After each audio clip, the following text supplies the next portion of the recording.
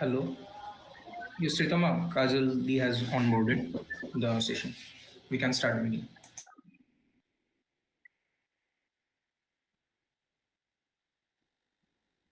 Shritama, you are mute. Hello, Kajaldi. How are you? Good evening.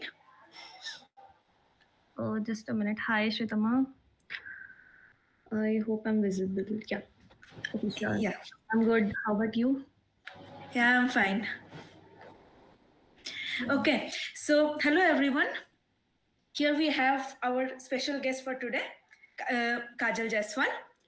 Welcome to one of the many exciting sessions of Hackout and that we have planned for you all today. So we have a very special guest, Kajal Jaiswal, who is working full time as a software development engineer at Amazon. A huge thanks to Kajaldi for taking the time out of her busy schedule to be with all us today. We are incredibly excited to learn from her experiences and insights. Okay, so before we dive into the session, I would like to invite the General Secretary of Account, Achinto Bormon, to share his thoughts about today's session. Hello everyone. First of all, good evening, and I wanna first thank Miss Kajal Jaiswal, for accepting our invitation and give her valuable time for all of you for this session. Then I also want to thank Anish, the director of management of our club, for contacting and collaborating with her. Without his efforts, we were unable to do this session. Then this is the first time our new team is organizing an event. So I want to give best of luck to them. Sritama, Ambika, Aritra, Ritojit, they are the host for today's session. And Tomajit and Tanay are in back end. They are all helping for the session. And I want to request you all, please support everyone like you have supported us in the previous. I hope this session will be a very give success. And I again want to thank Kajaldi for accepting this invitation. That's all from my side. Let's start the. Our only aim is IIT and NIT, but still, I would say in today's environment, like being from a tier 3 college is also not that bad because everything boils down to your knowledge and what is your learning capability. So that's what I followed in my college life. In the first year I was lost. I was like you all, I was searching like what I'm interested in, what I want to do. By second year I found out like what is the path to becoming a developer. So the first thing that I found out was like we have to know DSA. It's important. Whatever you do, you know you should have that capability to solve problems. That's where DSA comes in. So that's what I found out in second year. But like as college students we are not guided very well. So I was just I used to try studying about DSA and development and everything together, but it was tough. So balancing academics, then DSA, then development, everything together is really tough as a college student. So that's where I used to face a lot of issue, but eventually like I started making a plan to focus on everything at a particular time. So, you know, it's not necessary to know everything. The most important thing is you know how to solve a problem. If you are able to solve a problem, that's all you need to crack any company, like be it mang company or any startup. You can take any company. You only want to know how to solve a particular problem, because even if you sit for a startup, they will ask you a bunch of questions about that won't be directly from data structures perspective, but it will require something related to problem solving. So that's what I realized in my in the end of my second year, where I started learning more about development, and as well as I started solving more questions on DSA.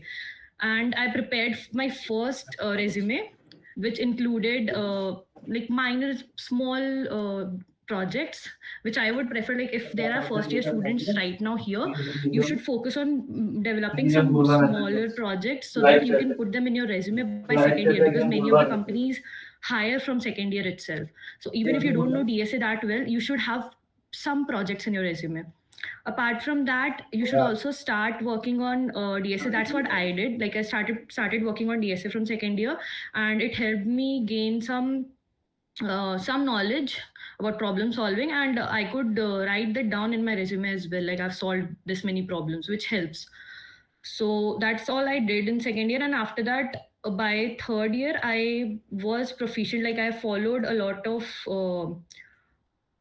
DSA playlists and all, and I solved many questions online. In lead code, I've almost solved around 500 or 600 questions.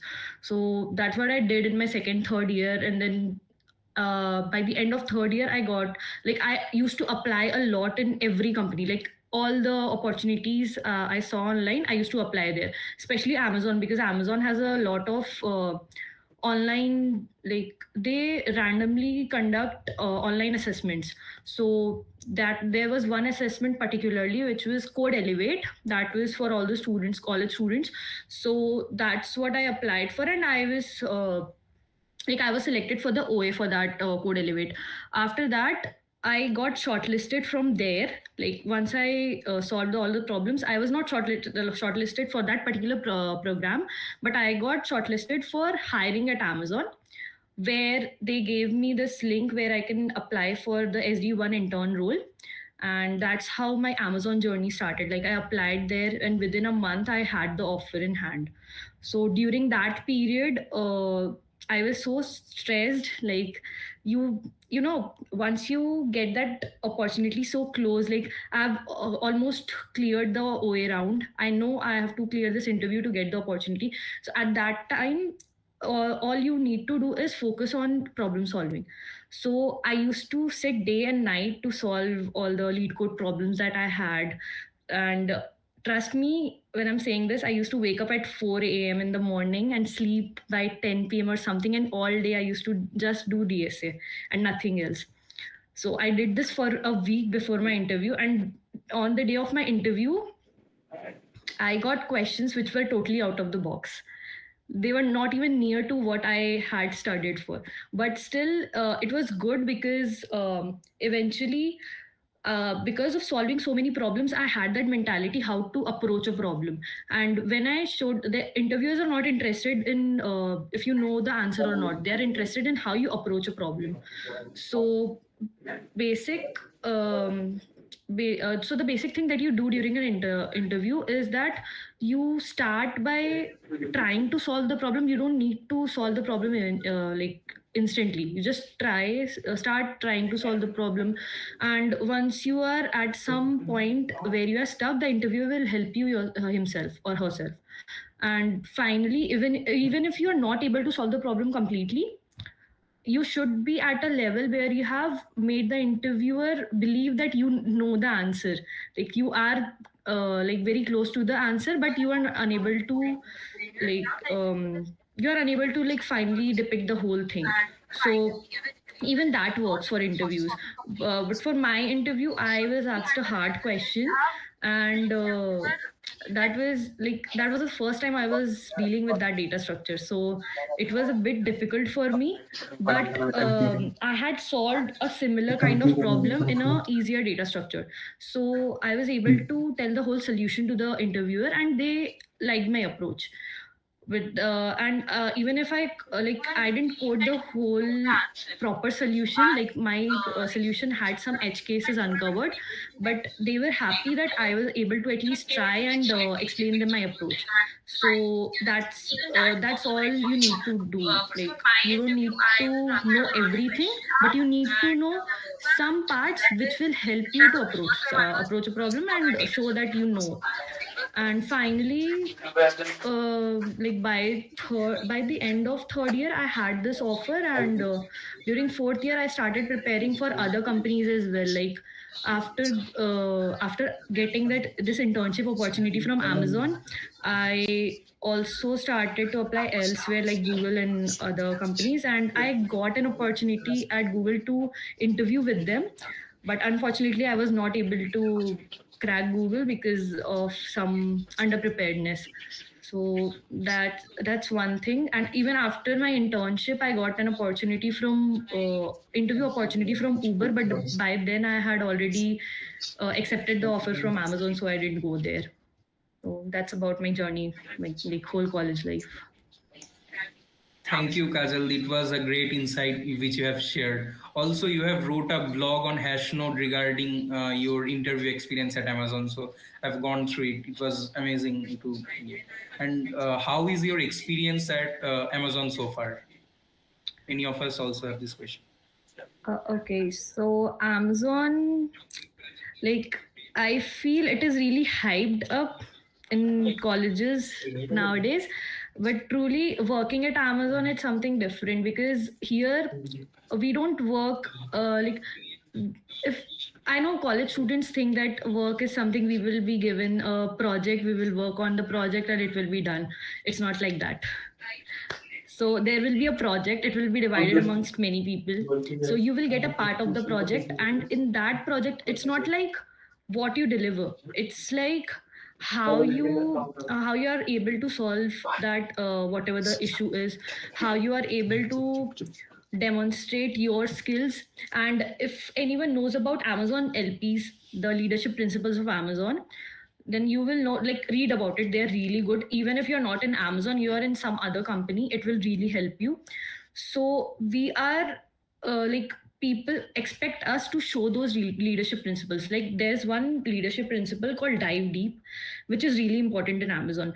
It's basically like, as the name suggests, its meaning is to dive deeper into a problem and find the solution.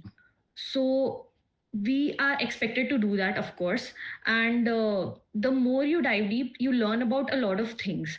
So that shows your what can I say, learning. You actually learn a lot. So that's one thing they really prefer.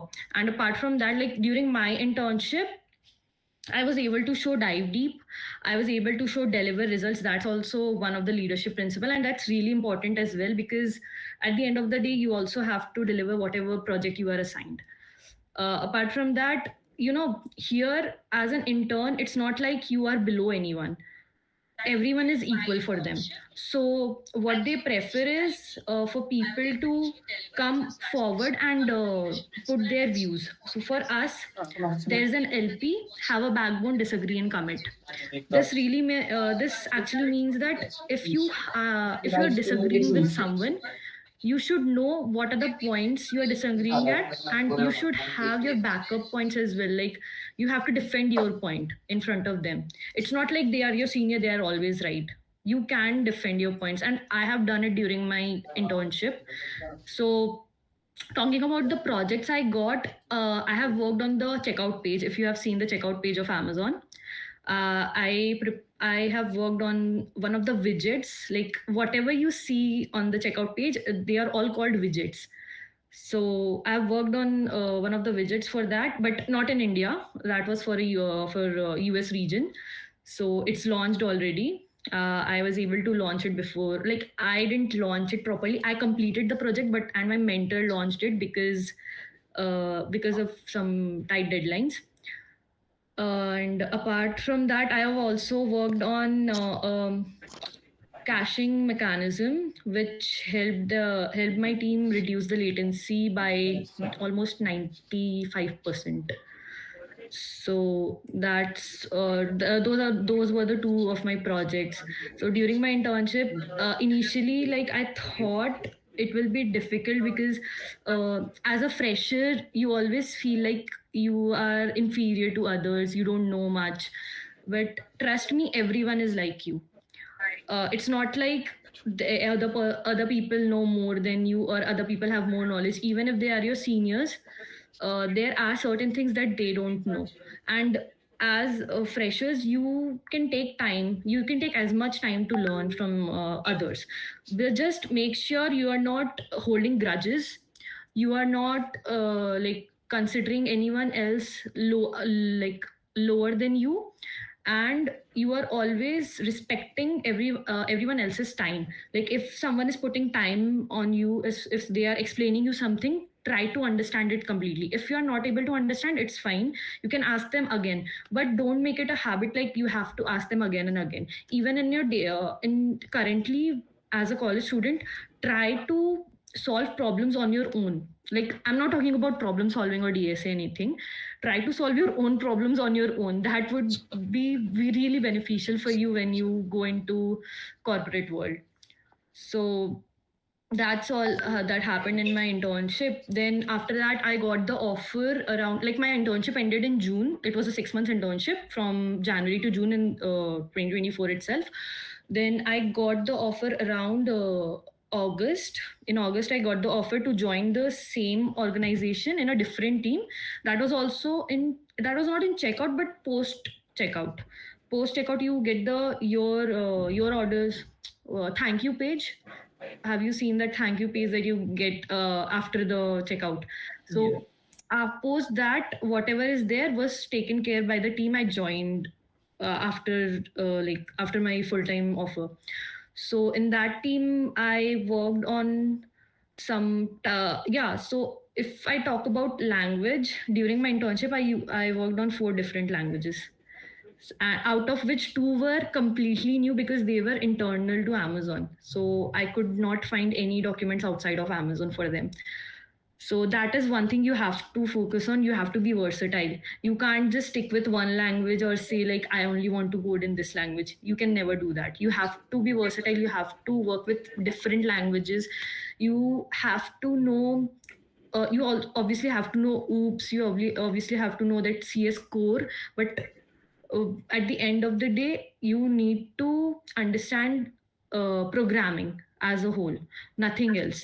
Languages are temporary, but your skills are what matters, like your deep diving skills or your problem solving skills. That's what matters. It's never about the language, because language can change. Now, currently, most of our code is in Java in Amazon, but in future maybe we can switch to Go. It will take time, of course, or maybe they won't, but it can switch. So it depends. Don't stick to one language. And also, like, I worked on 4 different languages. They were like Java, JSP, Mason, and Datapath. Out of which Mason and Datapath are the 2 languages of internal to Java, internal to Amazon. Even Mason is 20 years old, so working on that language was a nightmare. And and during my full time, I worked on TypeScript and some AWS things. Like, that was not related to code. It was just related to AWS account. So I worked on that, and after that, I realized that if you are like, one thing you realize in corporate is that if you are at a place for a longer period and you don't see, like, quite like, if you don't feel like you are growing, or I switched teams and now I am in AWS. So currently I'm working as a software development engineer at AWS Q business team. So I hope you all know about Amazon Q, right? Yes. So that's like, we work for the business team of that Amazon Q. So now currently I'm working in that team, and we are creating APIs from scratch. So there's a lot to learn about. And one thing you need to keep in mind as a software developer, you should always be hungry to learn new things. Like, as soon as you lose that interest in learning more, because a software engineering field is all about learning and implementing your solutions. That's it. Great. That's pretty much everything. You have covered your experience. So as a yeah. Yes, tell. Yeah, as a fresher, do you mean like during college or during my internship? No, during the start of your journey, because most of the students here are first year, so they want to start with the tech world, tech community thing. But Yes, most of the students are having issue with which one to choose, development or DSA, and they put a wall between them and they try to choose one of them, and you clarify that DSA is equally important. So you want my opinion on DSA versus Dev? Yes. Okay, so I would say even before joining Amazon, I had this mindset, and even now I have the same whole like whole application. But at the end of the day, they also need people who would reduce their latency and who would improve their application. That's where DSA comes in. If you know data structures, good data structures, you will be able to like improve an application. So both of them go hand in hand. You can't just focus on one of them. It's not necessary to be a pro in both. You can just you can be average, like learn about development, build some projects, learn about DSA, solve problems, like solve one problem a day and it will be fine. Like solve the daily questions on lead code or GFG, solve and like build something. Like every time, just think like on weekends you can put some time aside to build a project or build anything, any small project, anything. Just don't sit idle. Just try to do something, either DSA or development. You will also have things to put in your resume as well as you will gain knowledge. So that's my opinion on DSA. Yes, and many of the students that we have the technical part that we have to work on to land a job, and there is the academics part. We have gone through your LinkedIn profile. You are quite good at academics. So, what are the So basically, it's not like you need to focus a lot on studying like just about academics. So what you can do, what I feel is, if you focus during the classes, if you focus on whatever the teacher is teaching, and during exams, if you just keep everything else aside and study, you will be able to like gain a good CGPA. So I used to do this. I used to during first year was online, so let's remove it. During my second year, I used to focus during the classes, like whatever the teacher was teaching, I used to focus on that. After that, whenever I came back home, I used to solve DSA, or I was working on some project.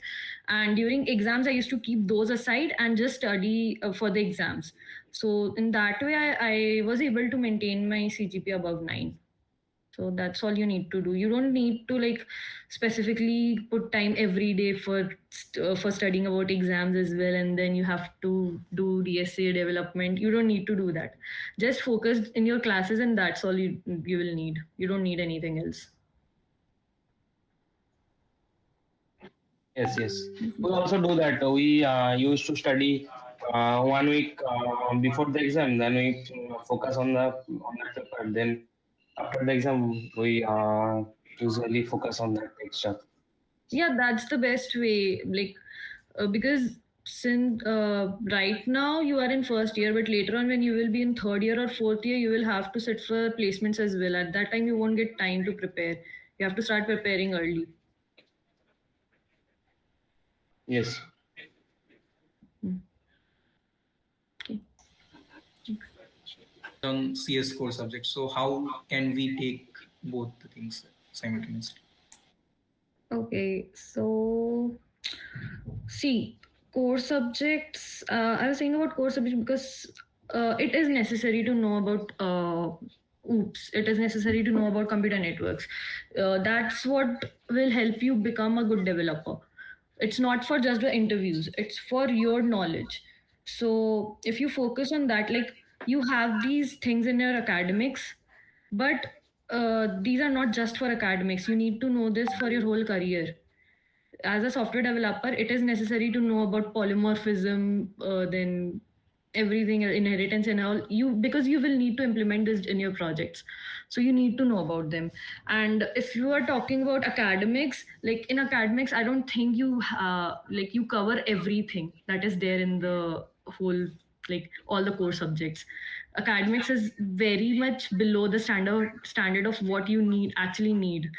So even if you are studying, it's not necessary to like during the academics you have to study everything about all this.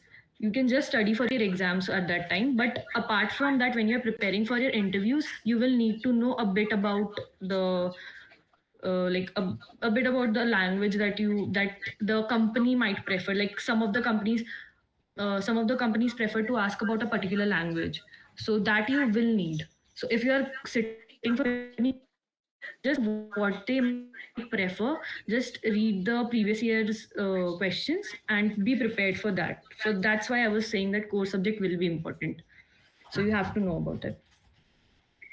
Andy, could you suggest some online resources like some playlists on YouTube and where to solve the questions for DSS? Sure. So I already have a blog. If you have checked my hash note, I already have a blog on that as well, where I have suggested some online resources where you can learn different languages. And all those videos are actually seen by me, so that's why I suggested them. Except for Python, I don't like Python. Sorry. Sorry if I hurt someone's feeling. I don't like Python, literally. And I've never used it in my whole life till now, because we never use it in our company as well, and I've never made any projects in that as well. So yeah, so I've not done it, but And okay. I have put everything in the resource, so you can check that out as well. Apart from that, if you are talking about solving the questions, I think I've written down that as well, that you can solve it on GFG or LeetCode. Those two are the best. Even during my before my internship, when I was sitting for the interview, I solved 150 interview questions for from LeetCode. That was enough. That was enough for me, because there were some questions. What the interviewers do is they take the questions from LeetCode, they tweak it a bit, and then they give you the question. So by tweaking, I mean they improvise it, like they add something of their own into it, and they give you the question. So yeah, that's the one, a beginner's guide to DSA fundamentals. Okay, and what do you think that apart from coding and development, what are the other side skills that we should develop, like communications, technical blog writings, and personality development? So, what is your take on it? Communication skill is really important, if you see, because at the end you will have to communicate with the team. You will have to like let them know, you know this, you know that, and you have done, like if you are working on something, you have to go to a stand up every day and tell them what you are doing, and if people have any questions, you have to answer them. So that's where your communication skills comes in. And if you have a debate, like there is a lot of debate in corporate. Every time if you suggest a solution, you have to fight for your solution, that this is the perfect solution. You have to fight for it with others. So for that, your communication skill will work a lot. It's like, it will be like, you know the answer, but you are unable to communicate it. That won't help you in your career. So you must focus on your communication skill. If you are an introvert, go out, talk to people. You can't be an introvert and work in the corporate.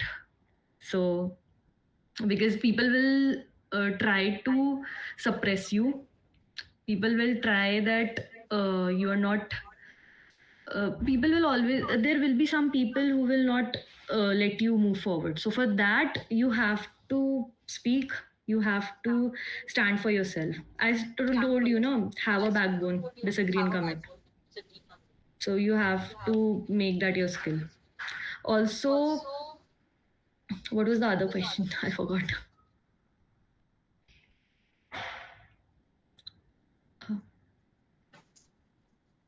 You were muted, Omika. Oh, sorry. Actually, my question was that do we need to like maintain our profiles on LinkedIn or has notes, like write daily technical blog or something? Okay, so it's not necessary to maintain a profile there, but yeah, about writing. Yeah, if you have that skill, technical skill, that will be a plus point for you, because what happens is, if you all know about design documentations and all, so are there any like third year, fourth year people? You must know about the class diagrams, UML diagrams that you make in software engineering subject. So for that, that is really necessary, because what happens, if you have a project, as soon as you get a project, not for SD1s but for SD2 and tenured SD1s, they ask you to write a doc where you will explain what will be your approach, what are the other approaches that you can have, and why you have chose this approach. And also they will ask you for the diagram and all. So that's where your technical writing skills comes in, which will help you. Like, it's basically, if you have read about system designs, and even if you have not, it's not necessary right now, but you can read about it. There are solid principles and all which we follow while like orchestrating a whole solution. So that's where your technical skills comes in, so technical writing skills comes in. So that's really important. And if we talk about being active on LinkedIn and Twitter, that will only help you connect with other same, like, similar minded people. So I was really active on Twitter during my college days. Now I'm not because of work, but I was really active and I got to know about a lot of people. I got to know about their work. I got to interact with many people. I got um, referrals from many people. So that's where your connections help you. And if you want, if you want to connect with others, like-minded people, you can go to Tech Twitter. It's the best place. You can learn a lot as well. You can find DSA groups there. But in LinkedIn, I would say, if you want referrals, then you can go to LinkedIn. You can ask people, but that is very rare that you will get referrals there, because I don't think people give referrals that much on LinkedIn, because I never got any referral from LinkedIn. I don't know if you guys have tried. And right now I get a lot of requests for referrals, but I literally don't get time to see the messages. So that's what I would say. I don't think LinkedIn is that good. You can go to Twitter Spaces. You will find people there. You can talk to them. You will find good developers. Like, I came across developers from JP Morgan, Google, and different such other companies, even startups, good startups like Ericsson. So I found people, I met people from those companies and I got to know them. And during, like, before I got my full-time offer, I was looking for a job. At that time, I told you, I got interview opportunity from Uber. That was before I got the offer from Amazon. At that time, I asked those people to refer me, and they referred me because they knew me from like an year or so, because I was so active on Twitter and used to talk to them almost every day. So that's where your connections help. So you can be active there, and you can try to reach out to people on LinkedIn, but that's not so much fruitful. If I say from the perspective of a software developer who gets a lot of messages for referrals, then I don't think that's a lot fruitful. Yeah. Okay, thank you, Dee. And what do you think that the projects are very much important? Like many people say learning, but don't focus much on projects. So, and especially for internships, like in second year or third year, they are just learning. So, during internship, does projects do matter? Okay, so for this, I would like to share a story about my friend. She was also an intern with me, and she was not into projects that much. She was into DSA, but she didn't build many projects, so she didn't have much idea. And after joining the company, like after joining Amazon as an intern, she was she was expected to build projects with them. At that time, she faced a lot of issues, like while learning about the new language and everything. So to avoid those issues and the beginning harassment and all, that you have to do this, you have to do that, but you don't know how to do it. So to avoid that, you can focus on projects, like just learning about how to build a project, how to run a project. That is enough. You don't need to know everything, because I would say each team has a different module, has a different protocol, how they build a project, how they launch their project and everything. So you don't need to know need to know all. Just understand how you can build a normal project. Even if you build a project in HTML, CSS, and you like host it, you will at least know how you are hosting it, how you are building everything, and you will come across problems. You will go to Stack Overflow. You will know how to use Stack Overflow. Like one of my seniors in my current team, they shared with me, they had an intern who was who was like so unaware of all the things in software development that she didn't even know about Stack Overflow. So that was kind of the weirdest thing I've heard, because I feel like everyone should know about these things. There are Reddit groups, there is Stack Overflow. Even in GitHub issues, there are a lot of good issues that you can read about. So you should explore these. This will really help you when you are doing any internship. Not even in FANG, even if you are doing internship in startups, you will get a lot of help from these.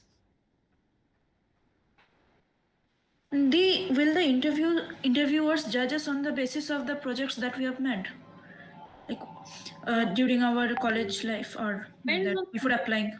Yeah, it depends on the interviewer. Like if they are looking for people who are good at building projects, they will. But mostly in FANG companies, they don't ask about like projects from freshers or from interns, because during internship they expect you to be good at problem solving, and they will teach you the rest. It's not like they will teach you the rest. It is like they will tell you how to learn the rest. They won't leave you like that. You will get a mentor, you will get a buddy, you can ask them whatever you want, but don't be too much dependent on them. Otherwise they will just think like you don't know literally anything, and you are not fit for becoming an SD1, so you won't be inclined. So that's where you need to draw the line. You need to know some, like if 100% is needed to get converted to a full-time engineer, you need to know at least 30% of that. Rest all they will help you to understand. So try to focus on that. So that means we can focus now on DS and problem solving. Yeah, you can focus on DS and problem solving, but it's good to at least know how to build a project. Okay. Yeah, because if you don't even have a project in hand, what will you put in your resume? How will your resume be shortlisted? Yeah, and how will they judge us on the basis of like development, that we are good at development or not without the projects, right? I can give you an example. Let me think about it. Yeah. So I had a friend who built a small project about some blogging website where she integrated the CRUD operations and all. So in her interviews for one of the companies, I don't remember the name of the company, but it was a startup, I guess. And for that, they asked her like what are the CRUD operations that she implemented, how did she implement it, what were the problems she faced, how like what are the features she added. So these are the things they judge you on. Like they ask you about the things that you you faced, about the issues that you faced and how you solved it. Then they also ask you like, do you have any future improvement that you want to apply to this project? So they ask you these things. If you are able to like justify like why you build that project and how you build that project, why you picked a particular approach, that's all they need. They don't need like they won't judge your project as in if you have good projects. Most of the companies don't judge like that, but they will judge you on how you are building the project and if you have the knowledge of the project you build. Yeah. Also remember, if you are adding a project to your resume, make sure you know everything about the project, because if they ask you suddenly what is the project and like how, if you can explain what does it do, everything, then it will be a mess. You won't be able to explain it. And if I talk about Amazon, they don't ask about projects. It's a good thing about Amazon. They only ask about DSA. not even core subjects. For internships, they only ask about DSA. That also, they only have like two online assessments and one interview. And for full time, one of my friend recently got selected for full time. He was asked, like, there were two rounds of DSA and one HM round. In the HM round, it depends on the hiring manager if they want to ask about your projects. But most of the time, they just ask you the what are those called? Wait. The like questions of about like how will you handle a situation, situational questions. Yeah, they mostly ask situational questions. Also, like if you're switching, they ask you why do you want to switch, which is the toughest question you have to answer. You need to just be prepared for the situation. Like you can read about the situational questions, you can read about googliness. Like for Google, I told you, I was not selected because I failed the googliness round. I was not aware of that round, so you can read about the googliness round. That is that would be good. There are a lot of interview experiences online, you can read about that, especially the lead code ones. They are the best. Thank you, Didi. You literally covered everything we had in our mind, the doubts and everything about how was your experience at Amazon, how you got the opportunity, and how you prepared during your initial days, and how you reached the stage where you are. But here are few of the last question remaining. Many of us also wanted to know, were you part of any club or community in your college days, and how, if yes, then how did it help in your current curriculum? Teamwork. Yeah, I was actually a part. I'm still a part of a community that I don't know if you know about the community, but we have organized a few hackathons. So if you know about Hack for Bengal, so, Yeah, you know. yeah, so I'm one of the organizers in Hack for Bengal. I was not there this season because I had my internship, but I've been there with Hack for Bengal since season one. It was started in our college, and then it grew, and now we are like in the whole Bengal, I would say. We had participants from outside as well, but we didn't take them because that would be a big route. So yeah, I have been a part of Hack for Bengal, and it has really helped my communication skills. Like I told you, communication skills are really important, and being a part of a community, you need to communicate. You need to host sessions, and you need to like talk to other people. That's where, and you it also helps in like your skill to work with a team, like and how to like these are the things, like these are small what can I say, small things. These are small things that you learn from community, like handling stress, handling a team, and work, like delivering results and everything. Those are the things you learn from a community. It's not like you have to give everything to that community. Just make sure that you are able to understand um, what are the things that are needed to improve your skills, like improve your soft skills basically. So those are soft skills, are something that you won't learn by sitting at home or just solving problems. For that you have to go out. So if you join a club or any small community as well, you will learn the soft skills that are needed for a job there. Yeah, that's great and amazing insight. And I'm surprised that no one of the first year student had this question that they are literally we are literally dependent on AI for doing every small thing. So according to you, how much dependent we should be on AI for getting helps and doing things? That's a good question.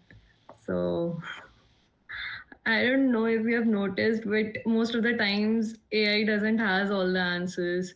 It starts Yeah. at them, especially when you are facing a bigger problem or something. So I'll just share an incident that happened yesterday. So I had to raise a CR means code review in Amazon. So I had to raise a CR for my current work that I was doing, and everyone, like most of my teammates, were dependent on that CR that I was working on. And I came across an error which was like unsolvable. I was not getting any answers, so I went to, like, as a normal person, I went to AI. We have this Amazon Q developer AI setup for us. So I asked him, like, I asked it, this is the problem, this is the error I'm getting, and can you like understand, like figure out what is the problem here? It just told me something along the lines, you are importing it wrong. But I was able to see it was not the problem. So the AI cannot help you all the time. So for that, you can't be dependent on AI.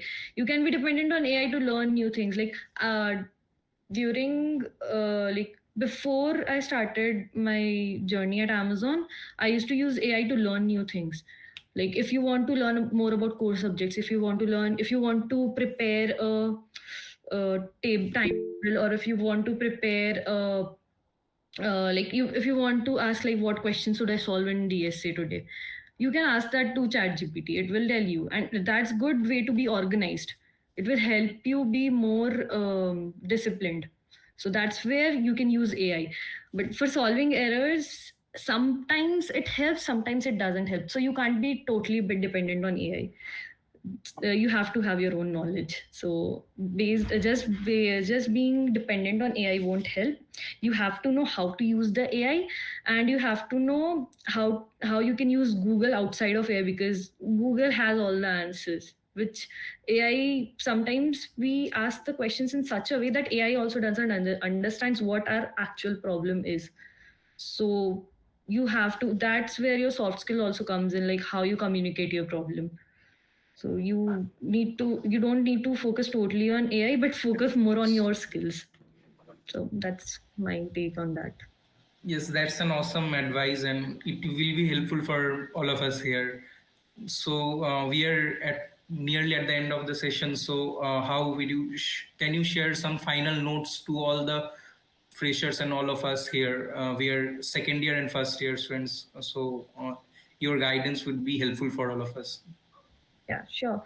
So I would just say, don't take a lot of pressure. I know everything I just said sounds a lot like exhausting, but it's fine. Don't take a lot of pressure. You have a lot of time. If you are in first year, you already have like 3.5 years left. So okay, I'll come back to that question later. You can, for now, you can focus on building yourself, your skills, your resume, especially. Work on projects, work on at least, keep at least 2 to 3 projects in your resume, and make it like put quantities of everything, like quantify everything. Put like how much percent of anything you have done in that, and like you can ask ChatGPT for this as well. It helped me a lot. So you can like quantify every line you write, and also put, like, give contests on Lead Code or GFG. Give those contests, get a good rank, put that in your resume, because that will help you during shortlisting for internships as well. People like farm companies look at your Lead Code and other coding profiles before shortlisting you. So that will help. Like if you want, you can reach out to me for resume review, and I hope I can reply. Try to reach out to me on Twitter. That would be better, because on LinkedIn it's too cluttered, so I don't open LinkedIn now. Sure, we'll definitely. So I can review the resume. I can tell you like what you need. Try using latex. Don't use those colorful looking CVs or resumes. Like they are not that good. You can try using latex based resumes. You can use Overleaf. Everyone uses that. That's the best platform to make resumes. So that's my take on it. That's my last suggestion to you. Focus on your resume. Okay, coming back to this question, we have Okay, I think I covered resources for learning DSA. And what about your experience in your interview rounds at Amazon? Okay, so I have actually given first I have given 2 interviews. I have given interview twice. Like first for the internship, I gave the interview. There was only one round, and it was based on DSA. So that was one interview, and after that, I told you like I switched from a Amazon post checkout team to AWS team. So for that, I gave interviews. So there was an HM round, then 2 DSA rounds. So in the HM round, they asked mostly about the project I did during my internship, and if like about their requirement. If there is an HM round, the HM always asks you about things that are required in their team. So in my team, technical knowledge was required. So they asked me about the projects I that needed some technical skills. So that's all they asked. And after that, I had 2 DSA rounds as well, where they asked me about normal like DSA questions. So that was my interview experience. I can't share the DSA questions exclusively, but yeah, they were kind of lead code medium hard questions. They love hard questions. Like I have been asked 2 hard questions in Amazon till now. So that's all. That's about the interview experience. And can you please answer this question: how to prepare for HR round, both service and product-based companies? For HR round, I told you the situational-based questions. You can go through that, and one thing you can see is we have this pattern which is really helpful. In Amazon, we have this pattern that's the star method. So you have to talk about the situation, you have to talk about the action, and how you are resolving it, like what was the problem, what was the task, and how you are resolving it. So you have to talk about everything. So that's what you can use in the HR round. Most of the companies in the HR round, they talk about what are the compensation that you need, what is your current salary and stuff. So I haven't come across that kind of question, so I don't have much knowledge on that. But mostly people say there is a particular way to talk to the HR about that, which you can find on YouTube. There are a lot of videos about it. So you can go to YouTube to check that, because I really don't know. I haven't had any HR round yet. So yes. And for fresher also, hard questions or medium. For internship, they asked me hard questions. So for fresher, of course, they will ask hard questions and medium questions, like both. You can expect medium and hard questions. Because easy question, I don't think they ask easy questions. In Google, they may ask an easy question and then improvise it to make it difficult. That's what happened with me. But Amazon, they are mostly asking medium and hard question. It depends on the interviewer.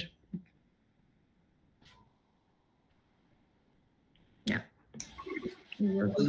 Someone is raising hand. I guess Shobhik. Can we attend him? Yeah.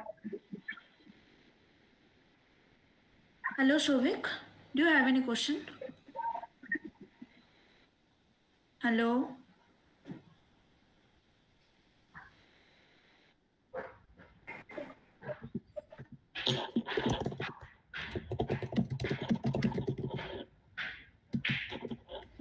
Okay, I guess you don't have any question.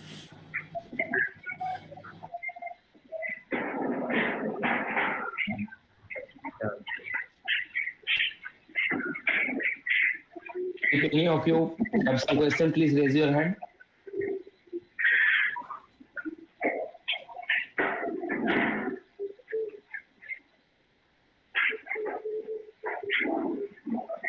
Yeah, someone raised hand. Deepan. Yes. Please say what is your question. How should we start for the development? Sorry, can you come again? In our initial, actually, I am a first year student. How can I start for that? For the development? You can go for a free code camp training. They have this course for HTML, CSS, and JavaScript. You can go for that. That's something. No, Yeah. that I can also add to the YouTube resource or free resources which are available. But now Yeah. I am asking what kind of projects could I make that I Okay. can join to the Mang or product this company from the very first year. Okay, so for that, first of all, you should know how to build CRUD projects because most of the work that you have as a software developer is based on CRUD. So build some CRUD based projects. Then you should know how to build APIs and like connect front end and back end and work around it. You can think of different approaches. Like best way to build good projects is join hackathons, like participate as many hackathons as you can, and in those hackathons you can check the what are the problem statements, and based around that you can build projects. So that will those projects will also help you in like preparing your resume. And if you have a particular problem statement, you will eventually get the idea like what you want to build. So focus on projects that would like good look good on your resume, that will that in which you can use different kind of languages that will be helpful. Suppose you can start with a React initially. As a first year student, I would say start with HTML, CSS, JavaScript, where you can build a small CRUD based application. After that you can learn about different frameworks, libraries, and you can build projects around that. And later on you can also jump to ML or AI because that's trending right now. You can see that as well. And actually I was sorry. I have also a question on that. Is ML making models as important as development? So I didn't get you. Come again. Is making models are as preferable as making development sites or small projects like the working towards development? um If you can please say it clearly. yeah. I was asking that making models, I mean machine learning part, is it also as preferable as making development projects? Just as you said, That's preferable because there are, see, you don't only have SDE based roles. There are roles for ML engineers as well. There are roles for like AI engineers. So for that, you will need to show your models. They will ask like, what kind of models have you built? What was the accuracy? So for that, you have to build it. You can put that in your resume. It will be helpful because there are there is not, like SD is not the only role that you can find. If you're talking about farm companies, they do add SD, they do call everyone SD, but eventually they also ask for like ML solutions or AI knowledge. So you can put those in your resume. That will be very helpful. Like nowadays people are more inclined towards people who know about ML and AI stuff. So that is good if you have that. Yeah, thanks, Deepan, for your question. And there is another question for learning. What is the best company, FANG company or startup? I guess you want to ask. For That's learning, it is very team specific. Yeah. In my previous team, it felt more like a FANG company thing, where I like not FANG company thing. It felt more like I was not learning much, and everything was already established. I just had to know about what was the service, and I can solve any problem in that. But in my current team, it's more like a startup culture. We have a problem. We are just focusing on the solution. We are building everything right and left. Like right now, my team, like the team I've joined, has just started right now, like 2 months back. So we don't have a proper service setup. So we are working on it every day. We have stand-ups every day. So it feels more like a startup. So it is based on teams. Every team has a different pace. Every team has a different what can I say, like they have different perspective what they want to do. So even in farm company, you can find a startup kind of team. So it's not like that only farm companies are very slow, or they don't give you learning opportunity. There's a lot of learning opportunity if your team is fast, and it's totally based on your projects. Yeah, thanks. A lot of insight has been covered, and we surely learned a lot of things and a lot of advices from your side. Thank you. Okay, so if we don't have any other questions, we are going to wrap up this session. Thank you so much, Dee, for sharing your invaluable insights with us. Yeah. And it has been an absolute pleasure to hear from you and learn from your experience. Yeah. Thank you, and all the best to you all. I hope next 4 years you learn a lot and you enjoy as well. Like, focus on your health, focus on your well-being as well. Like, job aate jate rahenge, but focus on yourself first. Okay, thank you, Miss Kajal, on behalf of Hackout, Team Hackout, and behalf of the all students of Maulana Abul Kalam University of Technology. Thank you for accepting our invitation again. So we are now going to end the session. So thank you once again. Thank you. Bye. Thank you. Bye, ma'am. Ma'am, Thanks. good night.